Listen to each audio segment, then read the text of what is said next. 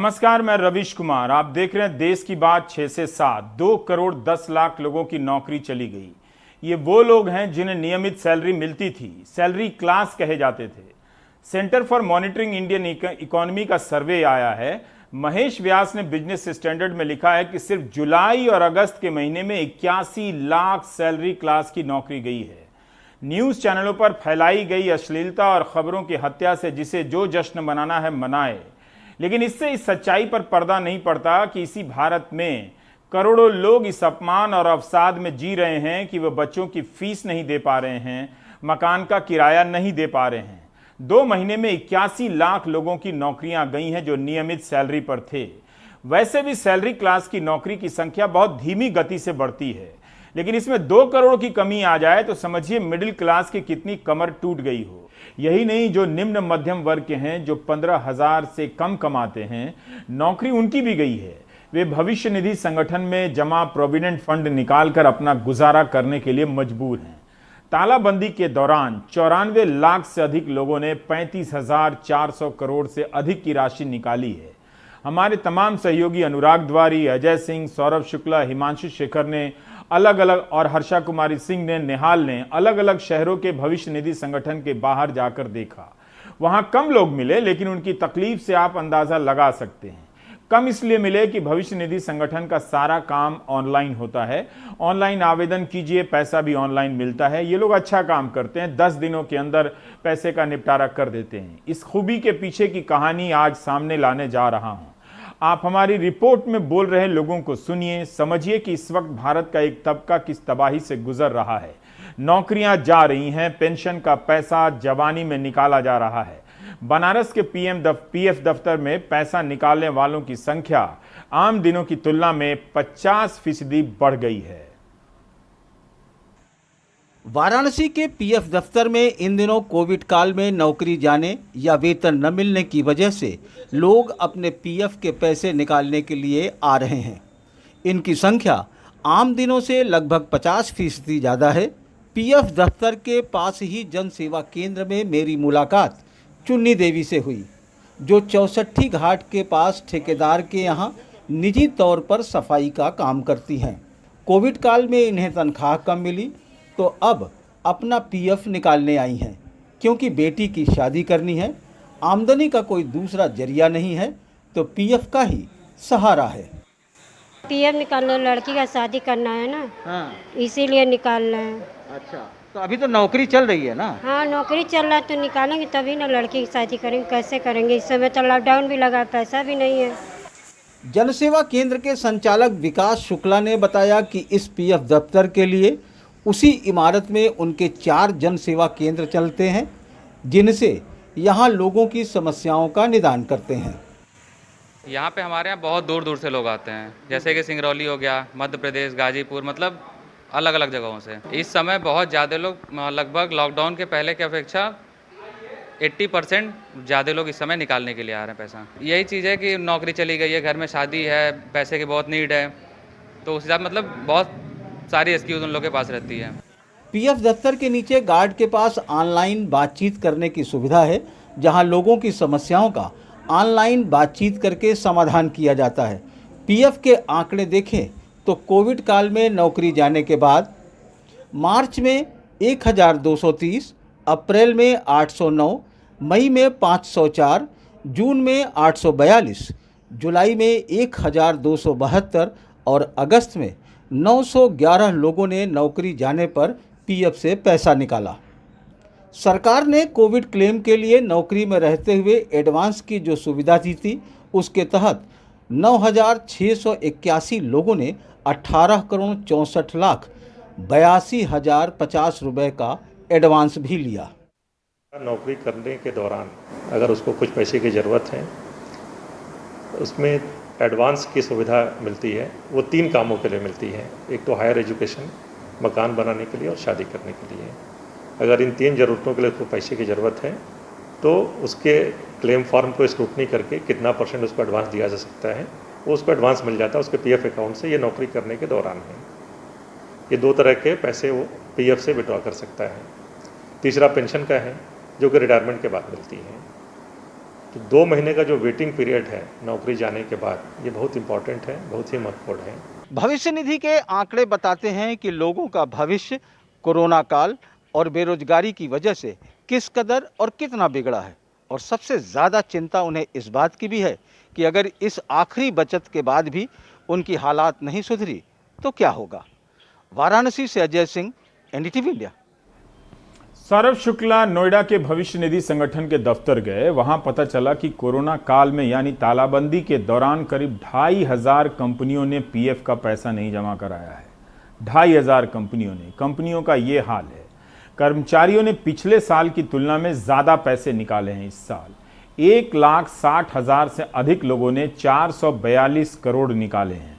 शैलेंद्र, उमा और धर्मेंद्र को आप नहीं जानते होंगे, मगर ये उन करोड़ों लोगों में से हैं जिनकी नौकरी चली गई है। अमित कपूर पेशे से लेबर अधिवक्ता हैं। कोरोना संकट के दौरान उन्होंने सैकड़ों मजदूरों को उनके पीएफ फंड से स्पेशल एडवांस की रकम निकलवाने में मदद की। अब खुद आर्थिक संकट की वजह से कोरोना स्पेशल विड्रॉल स्कीम के तहत आवेदन करना पड़ा है। और अमित, आपने भी आवेदन किया 10 दिन पहले? हाँ जी, हाँ जी, हाँ जी। हाँ? मेरा ही पैसा आ गया। हाँ जी, आपका पैसा वापस भी आ गया? आ गया जी, आ गया। हाँ जी। डीपीएस गाजियाबाद की कर्मचारी रही कविता पाल भी अपने पति सुंदर पाल के साथ ईपीओ दफ्तर आई हैं। बेटे के बीमारी की वजह से नौकरी छोड़नी पड़ी। कोरोना संकट के दौरान 3 महीने तक पति को काम नहीं मिला। पीएफ के लिए आए हम। पीएफ के लिए आए? हाँ जी। तो मतलब अभी पैसे की जरूरत थी इसलिए आपने आवेदन किया? हाँ? जी हाँ। सर, हमारा जो लड़का बीमार है बहुत ज़्यादा, हमने 1 महीने से कोशिश कर रहे हैं, लेकिन अब 1 महीने के बाद में रिजल्ट ये लिखा कि हमने जो ऑनलाइन फॉर्म भरा था वो बस 4,000 रुपये निकल पाया है कुल, और हमें पैसे की बहुत ज़्यादा ज़रूरत है। श्रम मंत्रालय के ताज़ा आंकड़ों के मुताबिक अप्रैल से अगस्त 2020 के दौरान ईपीएफओ ने कुल 94,41,000 निकासी आवेदनों का निपटारा किया। इन 4 महीनों में 35,445 करोड़ की राशि पीएफ धारकों ने निकाली। यह अप्रैल अगस्त 2019 के मुकाबले 32% ज्यादा है। सिर्फ नोएडा में 2,500 कंपनियां हैं जिन्होंने पिछले 5 महीनों में, जिन्हें कोरोना काल भी कहते हैं, उसमें अपने एम्प्लॉयज़ का ईपीएफ जमा नहीं किया, यानी उनका प्रोविडेंट फंड नहीं दिया है, जिसके चलते अब श्रम मंत्रालय ने इन कंपनियों को नोटिस भेजा है। और इन कंपनियों का कहना है कि हमने 5 महीने में काम ही नहीं किया है, तो हमारे पास पैसे ही नहीं है सैलरी देने के, तो हम पीएफ कहाँ से जमा करेंगे। शैलेंद्र नोएडा की ओरिएंट कंपनी में काम करते थे। 12,000 रुपए वेतन था। 5 महीने पहले कंपनी ताला बंद करके भाग गई, तब से पैसा नहीं मिला। किसी तरह तो चलाना ही पड़ेगा ना, जो था वो तो परिवार घर पे छोड़ दिए, फिर अपना इधर आए। तो बच्चों की फीस वगैरह कैसे दे रहे हैं? सर फीस तो अभी बच्चा स्कूल जा ही नहीं रहा, तो फीस कहाँ से देंगे। अब तो लास्ट सहारा सर पीएफ ही है ना सर। यही कहानी उमा की भी है। उमा को ग्रेटर नोएडा की एक कंपनी ने नौकरी से निकाल दिया है। सिर्फ 8,000 रुपए वेतन था।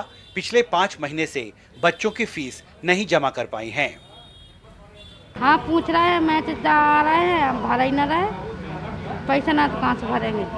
अब पीएफ निकाल के अब जमा करेंगे। हाँ फीस तो है 2,000 रुपये एक बच्चे की जा रही मेरे। 20,000 के आसपास होगी। हाँ। तो 30,000 रुपये निकालेंगे तो 20,000 बच्चों की फीस जमा करेंगे और 10,000 रुपये में बच्चों बिजली का बिल भरेंगे। बिजली का बिल भरेंगे। 94 लाख से ज्यादा मामलों का निपटारा एक बड़ा और महत्वपूर्ण संकेत है कि देश में आर्थिक संकट का दायरा कितना बड़ा है। नोएडा से सौरभ शुक्ला और गाजियाबाद से शशिकांत झा के साथ हिमांशु शेखर, एनडीटीवी इंडिया। और इसी संकट पर पर्दा डालने के लिए चैनलों पर यह तमाशा खेला जा रहा है। तरह तरह से बाइनरी, दोनों को एक दूसरे कैरेक्टर लाए जा रहे हैं, आमने सामने खड़े करके नैतिकताओं का इम्तहान लिया जा रहा है। आप देते रहिए। दूसरी तरफ उद्योग जगत की भी क्यों हालत खराब है? वो कर्मचारियों के भविष्य निधि का पैसा क्यों नहीं जमा करा पा रहा है? सौरभ ने नोएडा उद्योग संघ के अध्यक्ष विपिन मल्हान से बात की है। विपिन जी, ऐसा क्यों नहीं दे पा रहे हैं आप लोग ईपीएफ, और अब सरकार आपको नोटिस भेज के पूछ रही है? देखिए, इस कोविड-19 के चक्कर में पीएफ तो क्या पता नहीं, हम तो कुछ भी देने की पोजीशन में आज की डेट में नहीं है, क्योंकि पहले तो मार्च में लॉकडाउन कर दिया गया, तो मार्च का आधा महीना, अप्रैल, मई, फिर जून में थोड़ा सा खुला, फिर जुलाई में थोड़ा सा खुला। कुल मिला के आज की डेट में ना तो हमारे पास प्रोडक्शन है, ना इतने ज़्यादा ऑर्डर्स हैं, ना मनी का सर्कुलेशन है। तो जब ये सारी अर्थव्यवस्था ही हिली हुई है कोविड-19 के चक्कर में, तो अगर 2-2.5 हज़ार कंपनियों ने EPF नहीं जमा किया तो ये कोई बहुत बड़ी बात नहीं है। उसका मेन कारण यही है कि लोगों के पास काम ना होना, और जब काम नहीं है श्रमिक भी नहीं है। पर हाँ, जिन लोगों का पुराना PF जमा पड़ा हुआ है वो श्रमिक जाके अपना निकाल सकते हैं। नोटिस इशू करना विभाग कर सकता है, पर विभाग को ये भी पता करना चाहिए कि वाकई वो एंटरप्रेन्योर सच में अपना काम चला भी पा रहा है कि नहीं चला पा रहा। अगर उसका उद्योग बंद पड़ा हुआ है और उसके पास ऑर्डर्स हैं नहीं हैं तो वो PF कहाँ से जमा कराएगा, ये सोचने की बात है। तो इस बारे में विभाग को भी और सरकार को भी थोड़ा लिबरल होना चाहिए। विपिन जी, हाँ, चर्चा ये भी है कि बहुत हज़ारों कंपनीज बंद भी हो गई हैं। कई कंपनियों के नाम, जैसे ओरिएंट है, वो कंपनी बंद हो गई, कई और कंपनियों की बंद हो गई। आपके पास कुछ डेटा है कितनी कंपनियां इन 5-6 महीनों में बंद हो गई, तालाबंदी हो गई है जहाँ पर? देखिए, एग्जैक्ट फिगर तो अभी नहीं है कि कितनी बंद हुई हैं, पर हाँ ये बात सही है कि आज की डेट में जैसे गारमेंट एक्सपोर्ट्स की कंपनीज़ हैं, जैसे इलेक्ट्रॉनिक्स की कंपनीज़ हैं, इनके ऊपर सबसे ज़्यादा मार पड़ी है। फ्रांस बंद हो गया, इटली बंद हो गई, अमेरिका बंद हो गया। जहाँ जहाँ पे भी इनके ऑर्डर्स जाते थे वो सारे मॉल बंद हैं, किसी के पास ऑर्डर्स नहीं हैं। तो ये लोग भी अभी थोड़े दिनों के लिए बंद करके ही बैठे हुए हैं कि जब वक्त अच्छा आएगा, जब ऑर्डर्स आएंगे तब ये फैक्ट्रियाँ अपनी रन करेंगे। पर विभाग शायद ये भी समझ रहा हुआ कि इनकी फैक्ट्रियाँ उनके यहाँ रजिस्टर्ड हैं तो PF क्यों नहीं आ रहा। यही मेरा मानना है कि इनका एक बार चेकिंग करा लेनी चाहिए कि वाकई क्या वो बेचारा उद्योगपति इस पोजीशन में है कि इंडस्ट्री चला रहा है। अगर चला रहा है तब PF नहीं जमा कर रहा तब गलत बात है, पर जिसकी बंदी हो गई, जिसके पास श्रमिक ही नहीं है, वो कहाँ से जमा कराएगा। तो इनकी भी अपनी एक समस्या है कि इनका सारा कारोबार बंद हो गया और अब इस बात पर बहस से कोई फायदा नहीं कि तालाबंदी का फैसला लिया किस आधार पर, कौन लोग उसमें शामिल थे, किस किस प्रकार के एक्सपर्ट शामिल थे कि जिसके कारण जिनके साथ बैठकर ये तालाबंदी का फैसला लिया गया। आप उस सवाल पर नहीं जाना चाहते हैं, आपकी खुशी, लेकिन ये जो आर्थिक बर्बादी हुई है वो तो आपको देखना ही पड़ेगा। बुलंदशहर में आर्थिक तंगी के कारण रईसुद्दीन ने खुदकुशी कर ली। कर्ज के कारण रईसुद्दीन अवसाद के शिकार हो गए और आग लगा लिया। हमारी सहयोगी हर्षा कुमारी सिंह राजस्थान से बता रही हैं कि जयपुर में 9 जिलों के EPFO जो भविष्य निधि संगठन का दफ्तर है, उसके मुताबिक इस बार पैसे की निकासी 50% बढ़ गई है। यहाँ के सबसे बड़ा व्यवसाय है पर्यटन, जिसकी रीढ़ टूट गई है, जिसके कारण 30 से 40 लाख लोगों का काम छिन गया है। इस कारण जयपुर में भविष्य निधि संगठन के दफ्तर लोग पहुंच रहे हैं ताकि उसके पैसे से घर चल सके। हर्षा ने बताया कि पिछले साल 1,45,000 लोगों ने पैसे निकाले थे, इस बार 2,35,000 ये संख्या हो गई है। हर्षा ने जयपुर से मुनिराज मीणा, मनु गुप्ता और आशीष से बात की है। मेरा नाम मुनिराज मीणा है। पिछले होटल में ललित में काम करता था, अभी मैं फिलहाल क्लार्क होटल में काम कर रहा हूँ। अभी थोड़ी सी प्रॉब्लम चल रही है कि बच्चों को खाने के लिए प्रॉब्लम हो रही है, जैसे बच्चों की बुक्स वगैरह लाने के लिए प्रॉब्लम हो रही है। पैसे है नहीं है। अभी PF के ऑफिसों में चक्कर काटते हैं तो PF के ऑफिसों में वो कोई बात करता है, कोई नहीं करता है, और बाकी घूम के वापस चले जाते हैं। कल भी मैं आया था, आज ही मैं आया हूँ, और पैसों का कोई सोल्यूशन नहीं है, यहाँ पे कोई जिम्मेदारी नहीं है। आपका क्या प्रॉब्लम है? आपका PF क्यों नहीं निकल पा रहा है? PF मेरा इसलिए नहीं निकल रहा है मैम कि मेरी जो अकाउंट के अंदर डेट ऑफ बर्थ गलत डाली हुई है। जो कंपनी में पिछली कंपनी में मैं काम करता डेट ऑफ बर्थ उसमें राइट है, आधार कार्ड से लिंक है, वो आधार कार्ड डिटेल वो पूरी क्लियर है, पर जो मेरा अकाउंट है उसके अंदर डिटेल पूरी उल्टी डाली हुई है, गलत डाली हुई है। तो इसलिए PF मेरा निकल नहीं पा रहा अभी। पैसों से बहुत ज़्यादा प्रॉब्लम हो रही है। तो कितने साल आपने काम किया? आपके पास प्रोविडेंट फंड कितना होगा? करीब मैंने अभी मेरे पास में 1,00,000-2 लाख रुपए है। करीब मैं होटल लाइन में जॉब करता था शुरू से, और वही पैसा मेरे पास में, वही पैसा निकल नहीं पा रहा मेरा अभी। तो बहुत बड़ी प्रॉब्लम हो रही है। मेरा नाम आशीष है, मैं सीकर डिस्ट्रिक्ट रिंगस गांव से बिलोंग करता हूं। क्या काम करते हैं आप? मैं हॉस्पिटल में फ्रंट डेस्क मैनेजर हूं। तो आप पैसा क्यों निकाल रहे हो? एक्चुअली अभी मेरी बेटी एडमिटेड है हॉस्पिटल में और मुझे पैसे की ज़रूरत है, इस वजह से मैं पैसा निकालना चाह रहा हूँ। जो सैलरी पहले मंथली में मिल जाती थी रेगुलरली, अभी वो ट्वाइस इन अ मंथ आ रही है। 2 महीने में एक बार सैलरी मिल रही है, तो इससे हम लोगों की जो आम जीवन है उसके ऊपर बहुत ज़्यादा इफ़ेक्ट हो रहा है। मेरी बेटी की जो ट्रीटमेंट चल रहा है उसमें 1 महीने का तो लेट नहीं हो सकता, तो इसकी वजह से थोड़ा सा प्रॉब्लम आ रही है। अच्छा, उन्होंने कहा कि 1 महीने बाद देंगे आपको पैसा? नहीं, इन्होंने कहा 1 महीने बाद में तो फादर का नाम है वो ठीक होगा, उसके बाद में फिर मुझे ऑनलाइन प्रोसेस करना पड़ेगा। आपको कितने पैसों की ज़रूरत है बच्चे की ट्रीटमेंट के लिए? मैम मुझे अभी कम से कम 20,000 रुपये की ज़रूरत है, और मेरे प्रोविजन मेरे जो PF है अकाउंट में है उसमें 26,000 रुपये हैं, और वो फाइनली सेटल मैं करवाना चाह रहा हूँ। क्या बच्ची को क्या प्रॉब्लम है? मेरी बच्ची अभी 1.5 साल की है, वो गिर गई थी बेड से रात को, तो उसके सिर में कुछ चोट आई है, तो आज उसका ऑपरेट होना है, सिर का ऑपरेशन होना है, उसके लिए मुझे पैसा देना था। मेरा नाम है मन गुप्ता और मैम मेरी एज है 25। मनु, आप ये बताओ कि आप यहाँ से प्रोविडेंट फंड से क्यों पैसा निकाल रहे हैं? आपका तो एज बहुत यंग है, कोई ज़रूरत नहीं है इतने यंग आदमी को। तो मैम प्रोविडेंट फंड तो बाद में के लिए होता है, बुढ़ापे के लिए होता है। यस मैम, बिकॉज मैम अभी नीड्स जो है मैम एक्चुअली मैम पहले लॉकडाउन से पहले मैम फ़ोन लिए थे या फिर कोई भी एसेसरीज़ ली थी, तो मैम उसके कारण मैम अभी सैलरी जितनी थी उसके हिसाब से मैम हमने प्लानिंग कर रखी थी। मैम अचानक से लॉकडाउन हो गया तो मैम सारी की प्लानिंग बिगड़ गई, और मैम सैलरी थी नहीं, तो फिर मैम कहाँ से लाते मैम, किसी से लेते थोड़ा ना। तो मैम हमारा जो प्रोविडेंट फंड था उससे हमने निकाले पैसे, और उससे हम अपनी जो है डिमांड्स थी जो पहले की उसको फुलफ़िल कर रहे थे। कितना पैसा निकाला है आपने? मैम अराउंड 43,000 समथिंग निकाल लिया आपने? मिल गया आपको? जी मैम, पहले ही मिल गया था। अच्छा, तो आपका जो पहले सैलरी थी अब कितनी हो गई है? मैम पहले मेरी थी मैम 27,000 थी, और अब मैम 12,000 है। और क्या क्वालिफिकेशन है आपका? मैम M.Tech हूँ मैं मास्टर्स हूँ और वर्क इन MNIT। तो M.Tech के लिए तो बहुत कम है ये तनख्वाह। Yes ma'am. दुनिया भर की सरकारों ने नौकरी क्लास को राहत पैकेज दी। महामारी शुरू होने के साथ ही बेरोजगारी भत्ता दिया जाने लगा। भारत ने मिडिल क्लास को पेंशन के भरोसे छोड़ दिया गया।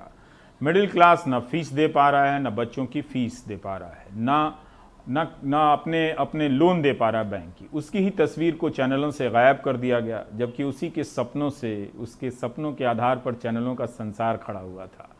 भोपाल से अनुराग द्वारी की रिपोर्ट देखिए। लोग भविष्य निधि का पैसा निकालकर वर्तमान का गुजारा कर रहे हैं। 52 साल के द्वारका प्रसाद BHEL में लगभग 20 साल नौकरी कर चुके हैं। ठेके पर काम करते थे, कोरोना आते ही नौकरी चली गई। अब भविष्य निधि के पैसे निकालने आए हैं ताकि खर्च निकल सके। जिस दिन से लॉकडाउन हुआ उसी दिन से बैठा हूँ सर। 9,000 सैलरी मिलती थी, कट पीट के। पढ़ाई लिखाई बच्चों का सर करना है, अभी स्कूल बंद है। सर लोग बोल रहे हैं काफ़ी किताब कोर्स खरीद लो, पैसे नहीं सर, कहाँ से खरीदें, इसलिए PF निकाल रहे हैं। घर में खाने पीने की प्रॉब्लम हो रही सर। 3, 4, 5 महीने हो गए घर बैठे हुए हैं। गहने मिसेज के रख के खा रहे हैं, बच्चे लोगों को खिला रहे हैं, पेट पाल रहे हैं। क्या करें सर, नौकरी कहीं मिल नहीं रही सर अदर जगह।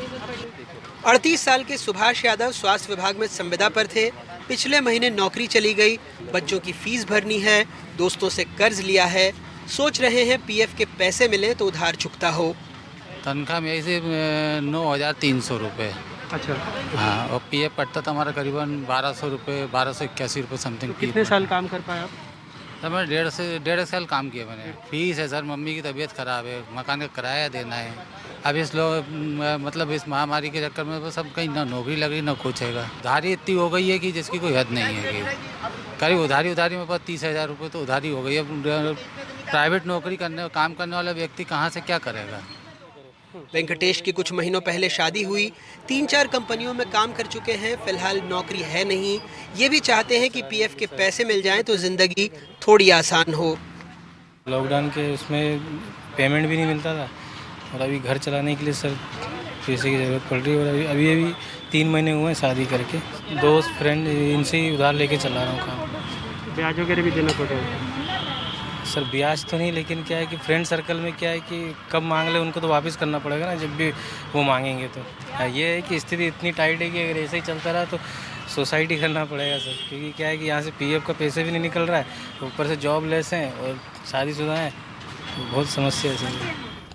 हालांकि EPFO ने कोविड-19 एडवांस स्कीम की सुविधा के तहत निजी संस्थान के कर्मचारियों को भी अग्रिम राशि दी है।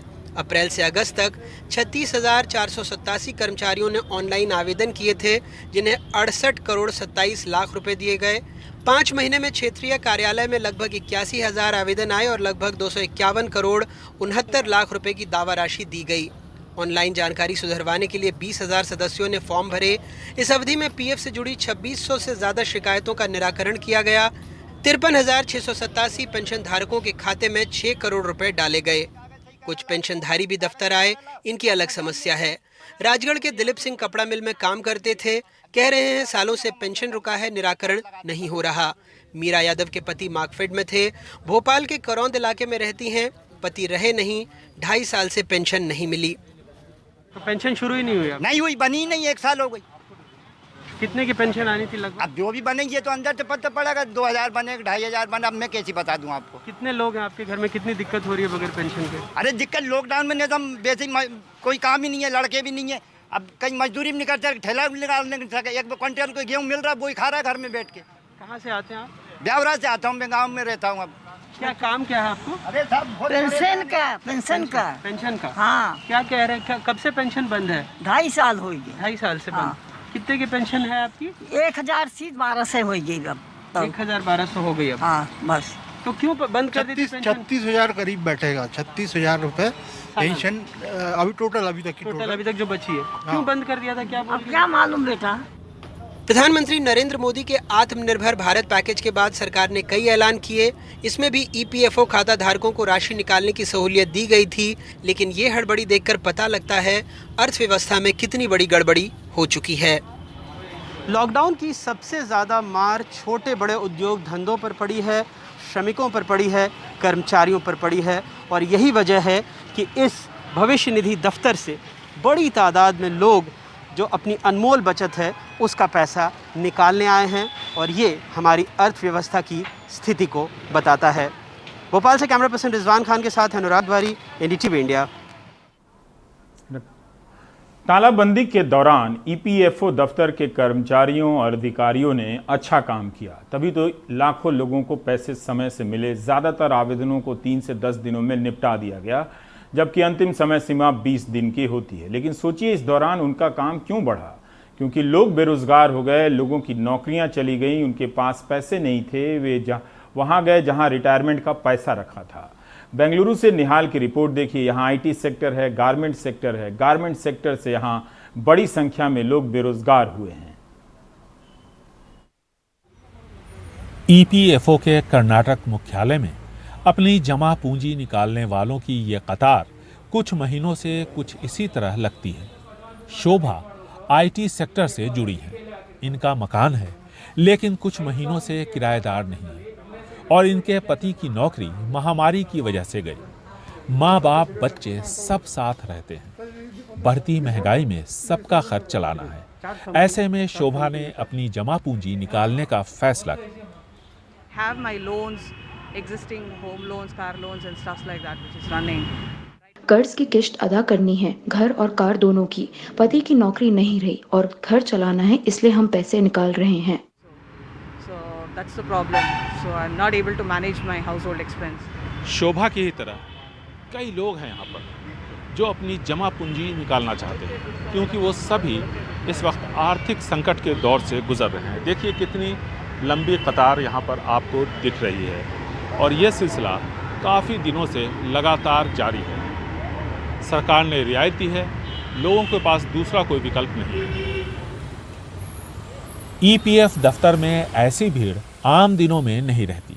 कोरोना को देखते हुए यहाँ खास व्यवस्था की गई है, ताकि यहाँ आने वाले लोग एक दूसरे के करीबी संपर्क में न आए। कर्नाटक में इस साल अप्रैल से जुलाई के पहले हफ्ते तक लगभग 3,12,000 लोगों ने अपना ईपीएफ निकाला। इन्हें तकरीबन 1,130 करोड़ रुपए का भुगतान किया गया। हालात और खराब होते लग रहे हैं, क्योंकि फिलहाल सारे कामकाज 15 से 25% वर्कफोर्स से चल रहे हैं। ऐसे में ईपीएफ निकासी और बढ़ सकती है। बेंगलुरु से कैमरामैन गोविंद मूर्ति के साथ निहाल किदवई, एनडीटीवी इंडिया। सोचिए 2 करोड़ से अधिक सैलरी क्लास की नौकरी चली गई है। जुलाई और अगस्त में 81 लाख ऐसे लोगों की नौकरी चली गई है जिन्हें नियमित वेतन मिलता था, जो खुद को सैलरीड क्लास कहते थे। उनकी व्यथा कथा कहीं नहीं है। ईपीएफओ दफ्तर के बाहर हमारे सहयोगी ने जो रिपोर्टिंग की है, उससे आपको 2 तस्वीरें मिलती हैं कि अगर इस संगठन ने पैसा देने में देरी की होती तो लोगों पर क्या तबाही होती, और किस तरह से सरकार ने नौकरी पेशा वर्ग को उनके हाल पर छोड़ दिया है कि नौकरी जाने के बाद वो अपने पेंशन की कमाई से इस वक्त का गुजारा कर रहे हैं और उनकी कोई बात नहीं। ये और बात है कि हम ये भी नहीं जानते कि ये 2 करोड़ लोग टीवी पर क्या देखते होंगे, किस तरह के कार्यक्रम देखते होंगे, एक दर्शक के रूप में इनकी क्या ज़रूरतें होंगी, हमें पता नहीं है। आप मुरादाबाद से ये रिपोर्ट देखे जाइए कि फीस ना दे पाने के कारण गाजियाबाद की तरह वहां भी माँ बाप सड़कों पर उतरे हुए हैं और प्रदर्शन कर रहे हैं।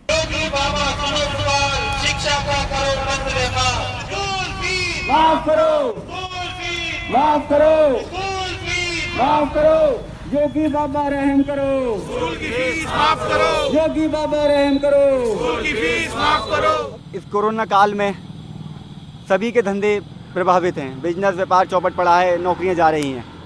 स्कूल द्वारा केवल ऑनलाइन पढ़ाई के माध्यम से पढ़ाई कराई जा रही है। अप्रैल से जून तक स्कूल बिल्कुल बंद रहे थे। स्कूल कॉलेज तो आज भी बंद हैं, परंतु ऑनलाइन कक्षाएं ली जा रही हैं।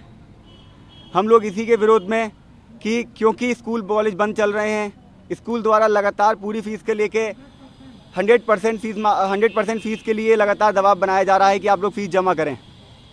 हम लोग लगातार इस बात की मांग कर रहे हैं कि ऐसी परिस्थितियों में जब स्कूल के खर्चे बहुत कम हो गए हैं, टीचर्स को वो आधी अधूरी सैलरी दे रहे हैं, स्टाफ और टीचर्स को निकाल दिया गया है काफ़ी हद तक, और उसके बावजूद पेरेंट्स से वो पूरी फीस मांग रहे हैं, ये बहुत नाजायज़ है। हम लोग मांग कर रहे हैं कि अप्रैल से जून तक की फ़ीस को माफ़ करा जाए, और जब से ऑनलाइन कक्षाएँ चालू हुई हैं तब से पढ़ाई जो फीस का निर्धारण है वो ऑनलाइन के हिसाब से करा जाए, जिससे अभिभावक को भी राहत मिल सके और जो स्कूल के खर्चे हैं वो भी पूरे हो सकें, टीचर्स को सैलरी भी मिल सके। अभिभावक एकता, अभिभावक एकता, जनता भूखी प्यासी है, योगी बाबा इंसाफ करो, योगी बाबा इंसाफ करो।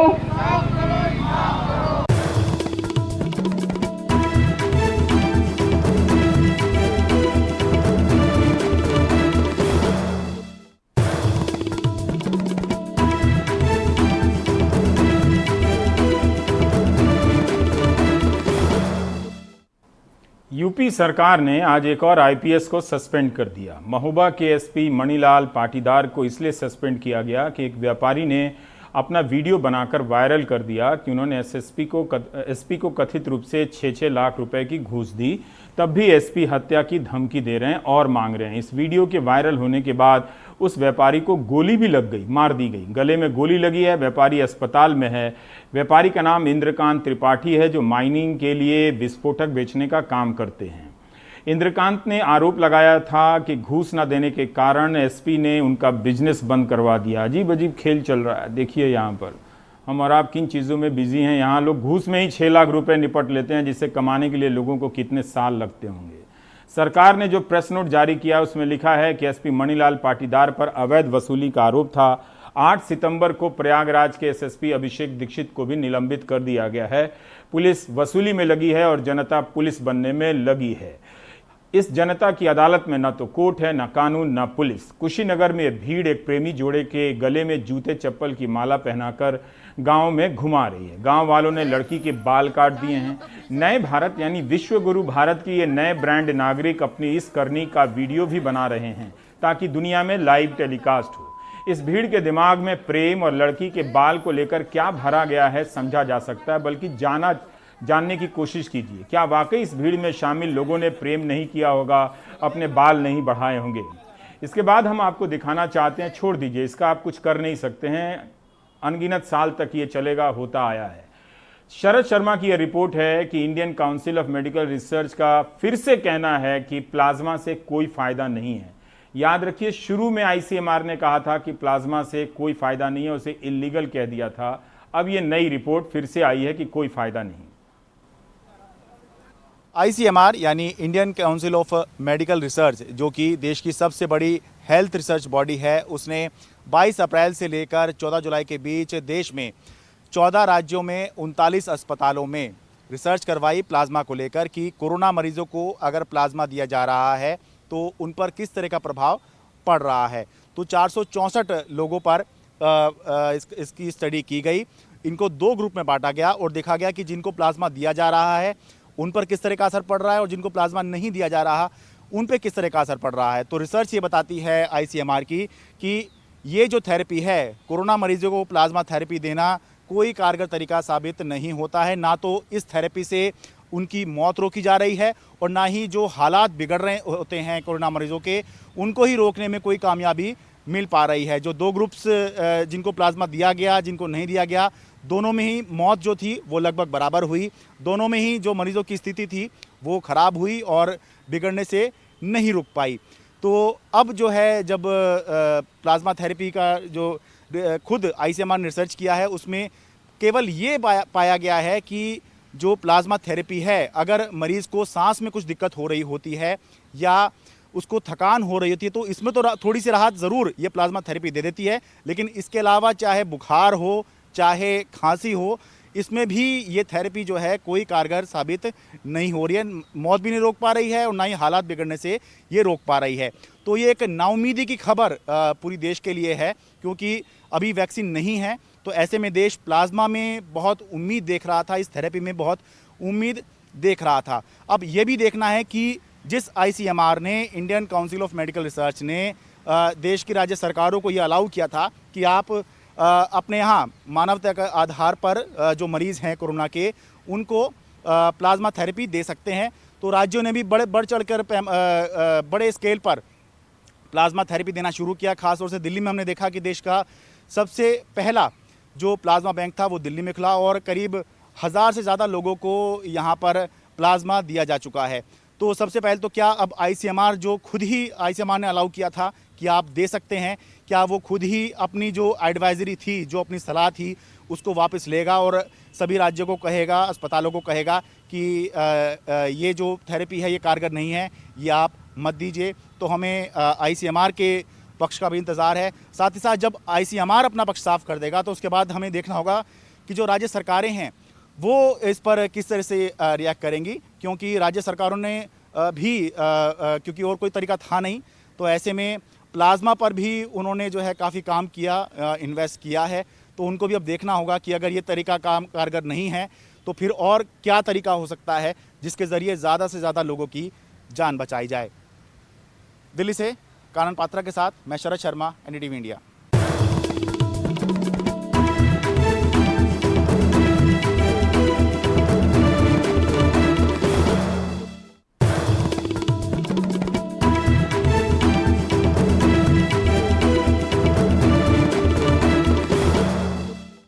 क्या कोविड के बहाने आम रेल यात्रियों की सुविधाएं घटाई जा रही हैं और निजीकरण का बहाना ढूंढा जा रहा है? रविश रंजन की ये रिपोर्ट देखिए। आपकी मेरा फोटो है, आपकी फोटो है, मेरे देखो। फोटो में क्या होता है सर? कोई पानी पीने के लिए आप पानी कहाँ पी रहे थे भाई साहब? जब मैं यहाँ से गया तब भी आपकी दारू की बोतल ये रखी को मैं क्या करूँ? आप बता दें, कोई कह देंगे आप पानी पी रहे सर, मैंने आपको देखा, आप गाड़ी पीते इसमें आ रहे हैं। आप वीडियो कैमरे में देख लीजिए मुझे कितना टाइम हुआ यहाँ पे आगे। 5 मिनट आप विदाउट पास थे कि नहीं थे जब मैं आया आपके पास? ये पूछना चाहूँगा, थे कि नहीं थे? आप ये बता दो, नहीं थे। नई दिल्ली रेलवे स्टेशन पर ट्रेन में बैठने से पहले ही मास्क न पहनने पर 500 रुपए का जुर्माना काटा जा रहा है। कोविड संक्रमण के चलते चालान से लेकर एंटीजन टेस्टिंग तक दिल्ली रेलवे स्टेशन पर हो रही है। कोरोना काल में पहली बार एक साथ सवारी ट्रेनें खड़ी हो गई हैं। इसके चलते अब रेलवे समय सारणी में बदलाव कर रहा है। ट्रेनें कम स्टेशनों पर रुकेंगी जबकि उनकी रफ्तार बढ़ेगी। एसी ट्रेनों में कंबल, चादर और पका खाना नहीं मिलेगा। डिब्बा बंद खाने पर विचार हो रहा है। वेटिंग लिस्ट लंबी होने पर क्लोन ट्रेनें चलाई जाएंगी। लिनन ब्लैंकेट का ये निर्णय लिया गया है हाइजीन को ध्यान में रखते हुए, और जिस तरह से जो सिचुएशन बनी हुई है उसमें यह निर्णय लिया गया है कि या तो डिस्पोजेबल लिनन यूज किए जाए, सिंगल यूज लिनन यूज करें, और या लोग अपने घर से अपना लिनन लेके आए, और ये हाइजीन को ध्यान में रखते हुए निर्णय लिया गया। राजधानी दिल्ली के इस स्टेशन को PPP मॉडल पर इस तरह विकसित करने की तैयारियां चल रही हैं। रेलवे स्टेशन पर बड़े मॉल और होटल विकसित करने में निजी कंपनियों की भागीदारी होगी। लेकिन कोविड के चलते जहां तमाम सारे लोग अपने घरों में दुबके हैं और दुनिया भर के देशों की अर्थव्यवस्था पर मंदी के बादल मंडरा रहे हैं, वहीं रेलवे ने कैसे इस आपदा को अवसर में बदला है और आखिर रेलवे की सबसे ताकतवर ट्रेड यूनियन को क्या डर सता रहा है, इसके लिए आपको लेकर चलते हैं ट्रेड यूनियन के दफ्तर। शायद इसी के चलते ऑल इंडिया ट्रेड फेडरेशन के दफ्तर में चहल पहल बढ़ गई है। ट्रेड यूनियन इसे प्राइवेटाइजेशन की शुरुआत कह रही हैं। यूनियन का कहना है कि 7 रेलवे प्रोडक्शन यूनिट का निगमीकरण किया जा रहा है। इन सभी यूनिटों को कॉरपोरेशन बनाकर एक ही सीएमडी की नियुक्ति होगी। 150 ट्रेनें निजी कंपनियों को देने का टेंडर एक बार निकाला जा चुका है। ट्रेड यूनियनों को अंदेशा है कि कोविड संकट की आड़ में प्राइवेटाइजेशन तेजी से किया जा रहा है। नौकरियां पहले ही कम कर दी गई हैं। उन्होंने ये सोचा कि जो उनका एजेंडा है उसको इस मौके पे आसानी से पूरा किया जा सकता है, निजीकरण का और निगमीकरण का, और उन्होंने ये सोच करके इस बीच में उसको आगे पुश करने का काम किया, जो मैं समझता हूँ कि बिल्कुल ठीक नहीं है। हमसे हमारे रेल मंत्री ने भी कहा था, हमसे हमारे जो है वो चेयरमैन रेलवे बोर्ड ने भी कहा था, फुल बोर्ड की मीटिंग में कहा था कि हम जब भी कुछ करेंगे आपसे बिना पूछे हुए कुछ नहीं करेंगे। अब हम अनुभव कर रहे हैं कि वो कोविड की आड़ में सारा काम जो है वो हो रहा है। जानकारों की चिंता यही है कि कोविड में वित्तीय संकट के नाम पर कहीं आम लोगों की ये सवारी खास लोगों तक ही सीमित न हो जाए। नई दिल्ली से एन रवि के साथ रवीश रंजन शुक्ला, एनडीटीवी इंडिया।